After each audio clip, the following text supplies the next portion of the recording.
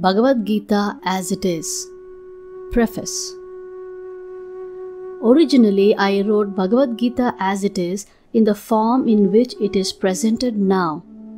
When this book was first published, the original manuscript was unfortunately cut short to less than 400 pages without illustrations and without explanations for most of the original verses of the Srimad Bhagavad Gita.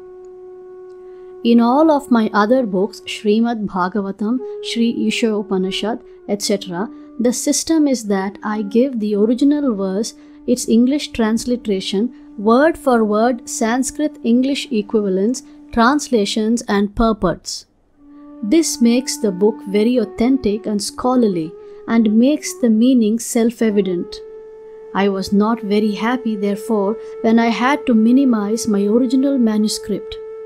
But later on, when the demand for Bhagavad Gita as it is considerably increased, I was requested by many scholars and devotees to present the book in its original form, and Messrs. Macmillan and Company agreed to publish the complete edition.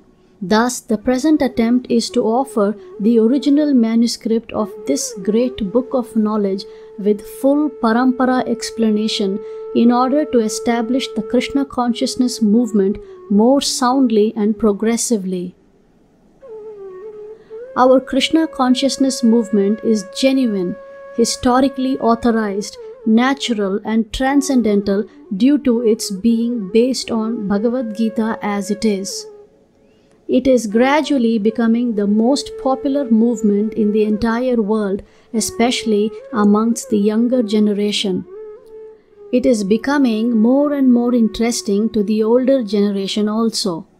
Older gentlemen are becoming interested, so much so that the fathers and grandfathers of my disciples are encouraging us by becoming life members of our great society, the International Society for Krishna Consciousness.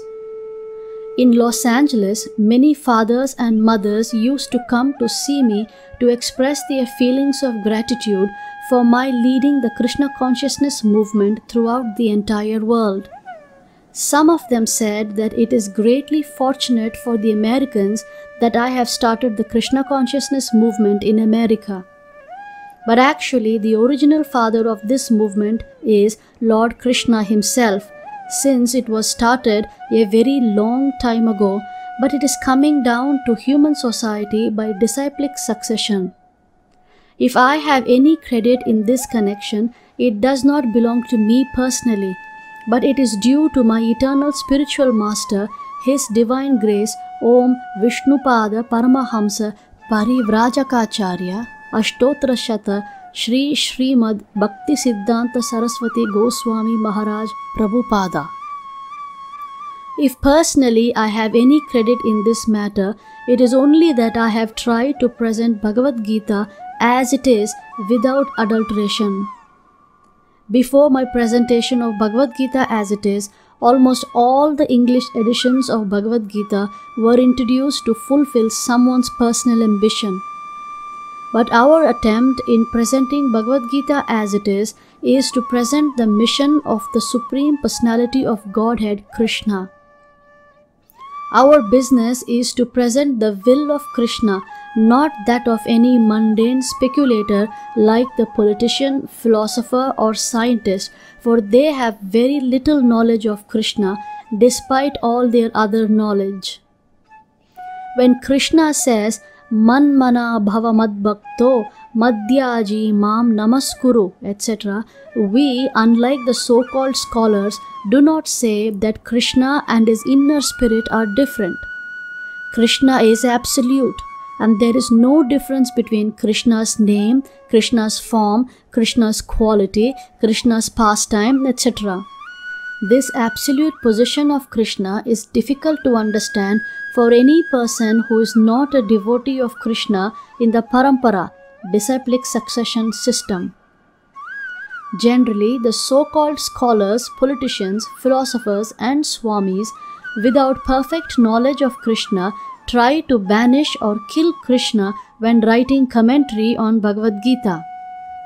Such unauthorized commentary upon Bhagavad Gita is known as Mayavadi Bhashya. And Lord Chaitanya has warned us about these unauthorized men. Lord Chaitanya clearly says that anyone who tries to understand Bhagavad Gita from the Mayavadi point of view will commit a great blunder. The result of such a blunder will be that the misguided student of Bhagavad Gita will certainly be bewildered on the path of spiritual guidance and will not be able to go back home, back to Godhead. Our only purpose is to present this Bhagavad Gita as it is in order to guide the conditioned student to the same purpose for which Krishna descends to this planet once in a day of Brahma or every 8,600,000,000 years. This purpose is stated in Bhagavad Gita and we have to accept it as it is. Otherwise, there is no point in trying to understand the Bhagavad Gita and its speaker, Lord Krishna.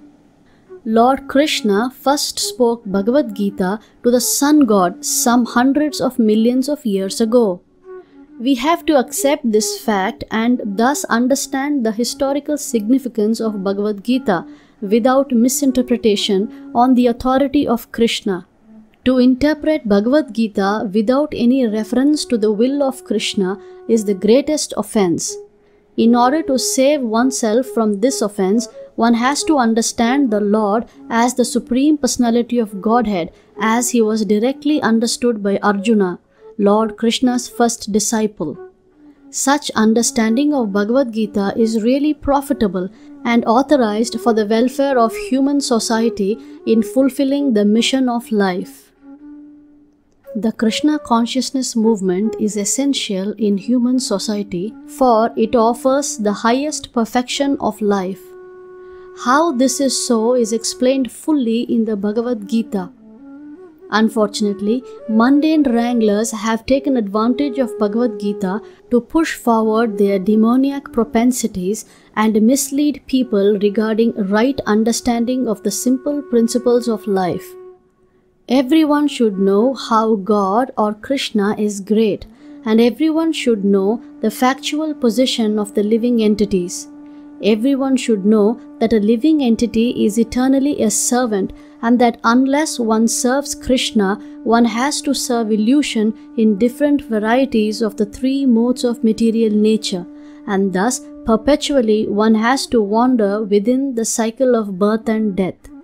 Even the so-called liberated Mayavadi speculator has to undergo this process. This knowledge constitutes a great science and each and every living being has to hear it for his own interest. People in general, especially in this age of Kali, are enamored by the external energy of Krishna, and they wrongly think that by advancement of material comforts, every man will be happy. They have no knowledge that the material or external nature is very strong, for everyone is strongly bound by the stringent laws of material nature. A living entity is happily the part and parcel of the Lord, and thus his natural function is to render immediate service to the Lord. By the spell of illusion, one tries to be happy by serving his personal sense gratification in different forms, which will never make him happy. Instead of satisfying his own personal material senses, he has to satisfy the senses of the Lord. That is the highest perfection of life. The Lord wants this and he demands it. One has to understand this central point of Bhagavad Gita.